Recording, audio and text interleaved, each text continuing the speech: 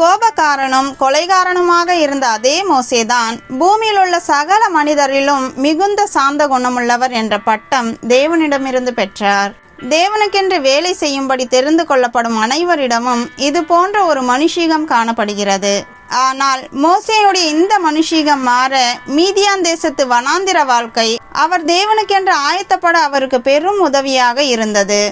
எகிப்தில் அவருடைய வளர்ப்பு தாயின் மேல் இருந்த அன்பு, அரசனின் பேரன் என்ற அந்த உயர்ந்த பதவி, எங்கும் காணப்பட்ட அவருடைய ஊதாரித்தனங்கள், அதை இன்னும் மேம்படுத்தின தந்திரங்கள், பொய் மதங்களின் பூடகங்கள், விக்கிரக ஆராதனையின் சிறப்புகள், கட்டிடங்கள் மற்றும் சிற்பங்களின் ஆடம்பரமான தோற்றங்கள் என எகிப்தில் அவரை சூழ்ந்திருந்த அனைத்து செல்வாக்குகளும் அவருடைய மனதில் ஆழமான பாதிப்பை ஏற்படுத்தி இருந்தது.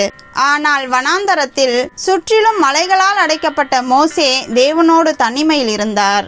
ஆதலால் அதன் பின்பு எகிப்தின் மகத்தான கோவில்களும் அவைகளுடைய மூட நம்பிக்கைகளும் பொய்களும் அவர் மனதில் வரவில்லை. நித்திய குன்றுகளின் பவித்திரமான கம்பீரத்தில் உன்னதமானவரின் மாட்சியை கண்டபோது எகிப்தின் தெய்வங்கள் இதற்கு எவ்வளவு முரணாக வல்லமையற்றும் சிறப்பற்றும் இருக்கின்றன என்று உணர்ந்தார்.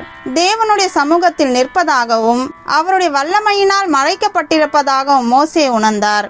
அங்கு அவருடைய பெருமையும் தன்னிறைவும் அடித்து செல்லப்பட்டது.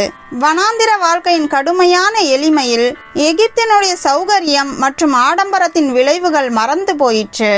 இறுதியாக மோசே பொறுமையும் பயபக்தியும் தாழ்மையும் உள்ளவரானார். அங்குதான் ஆதியாகம புத்தகத்தையும் அவர் எழுதினார். அதன் பின்பு தேவனுடைய ஜனங்களை வழிநடத்தக்கூடிய தகுதியும் பெற்றார். உங்களுடைய வாழ்க்கையிலும் வாழ்க்கையை புரட்டி போடுகிற அளவுக்கு சூழ்நிலைகள் மாறலாம். அவைகளை தேவன் அனுமதித்தது உங்களை தேவனுக்கென்று தகுதிப்படுத்தவும் சகல ஜனங்களிலும் உங்களை சிறப்பானவர்களாக மாற்றுவதற்காகவுமே.